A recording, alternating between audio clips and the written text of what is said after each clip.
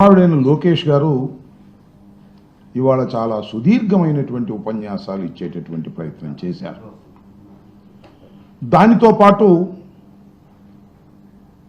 ఈ 43 సంవత్సరాల క్రితం తెలుగుదేశం పార్టీ ఆవిర్భావాన్ని గురించి చాలా గొప్పగా చెప్పేటటువంటి ప్రయత్నం చేశారు. తెలుగుదేశం పార్టీ అధికారం కోసం పుట్టినటువంటి రాజకీయ పార్టీ కాదని, అది ఆవేశంలో పుట్టినటువంటి పార్టీ అని, ప్రజలకు సేవ చేయాలనే ఉద్దేశంతో పుట్టినటువంటి పార్టీ అని, తెలుగు ప్రజలని ప్రపంచవ్యాపితంగా గుర్తింపు తీసుకురావడం కోసం పుట్టినటువంటి పార్టీ అని.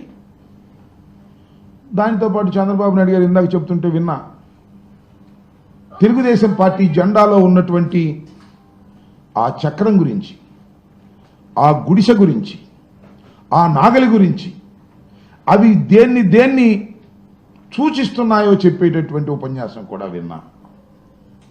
నిజంగా చాలామంది తెలియదు, కానీ చరిత్ర మామూలు చరిత్ర కాదు. ఆయన చెప్పినటువంటి ఈ 3 గుర్తులు కలిగినటువంటి జెండా ఆవిష్కరించినప్పుడు 43 సంవత్సరాల క్రితం తెలుగుదేశం పార్టీ పుట్టినప్పుడు నందమూరి తారక రామారావు గారు ఆవేశంగా ఆశయంతో ప్రారంభించినప్పుడు, అయ్యా చంద్రబాబు నాయుడు గారు ఎక్కడున్నారు? చాలామందికి తెలియదు, పాపం కుర్రోళ్ళకి.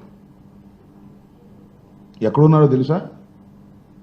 ఏ పార్టీకి వ్యతిరేకంగా అయితే తెలుగుదేశం పార్టీని నందమూరి తారక రామారావు గారు ప్రారంభించాడో ఆ పార్టీలో కాంగ్రెస్ జెండా మోస్తున్నాడు. మోయటమే కాదు, ఈ తెలుగుదేశం పార్టీ ఆవిర్భావమే తప్పని చెప్పాడు. తెలుగుదేశం పార్టీ ఆవిర్భవించినా, తన మామ పార్టీ పెట్టినా, ఇందిరాగాంధీ గారు ఆదేశిస్తే మా మామ మీద కూడా పోటీ నిలబడతానని ప్రజల పాలు పలికాడు. దుంపదగ వాళ్ళు చూడు, అసలు ఆయనే పెట్టినట్టు పార్టీ, రంగులు ఆయనే నిర్ణయించినట్టు, గుర్తులు ఆయనే నిర్ణయించినట్టు, ఆవేశంగా పెట్టినటువంటి పార్టీ అని ఏవేంటో ఇష్టం వచ్చినట్టు కథలు చెప్పేటటువంటి ప్రయత్నం చేస్తున్నారు. వినేవాళ్ళు అమాయకుడైతే చెప్పేవాడు ఏదైనా చెబుతాడంటానికి ఇదొక మంచి ఉదాహరణని కూడా మనవి చేస్తున్నాం. ఇవాళ మాట్లాడినటువంటి మాటలు చూస్తే, సరే 43వ ఆవిర్భావ దినోత్సవం, తెలుగుదేశం పార్టీ, అసలు తెలుగుదేశం పార్టీ ఎప్పుడూ చచ్చిపోయింది. ఎన్టీ రామారావు గారి మరణంతోనే అసలైన తెలుగుదేశం పార్టీ చచ్చిపోయింది. ఈ పార్టీ వెన్నుపోటు పొడిచి వచ్చినటువంటి పార్టీ, పెద్ద మోసపూరితమైనటువంటి పార్టీ. ఈ జెండా గురించి చెప్తున్నాడు చంద్రబాబు నాయుడు గారు, పేదల కోసం పోరాడే జెండా. ఇంకేయో చెప్పాడు జెండా గురించి చంద్రబాబు నాయుడు గారు. నేను చెబుతాను, ఇప్పుడు అడుగుతాను, చెప్పండి, అసలు ఈ జెండా ఒకటి ఎగిరిద్దా? ఒక్కటే సింగిల్గా పెట్టి ఎగిరిద్దా? ఎగరదు. దాని పక్కన ఎర్ర జెండానో, దాని పక్కన ఇంకొక కలర్ జెండానో, కాంగ్రెస్ జెండా ఉన్ని దుంప దగ్గర చివరి కాంగ్రెస్ జెండా కూడా ఈ జెండా పక్కన కట్టావే. ఎన్టీ రామారావు గారు పెట్టినటువంటి పచ్చ జెండా పక్కన కాంగ్రెస్ జెండా కూడా పెట్టుకున్నావు ఎగరడం కోసం.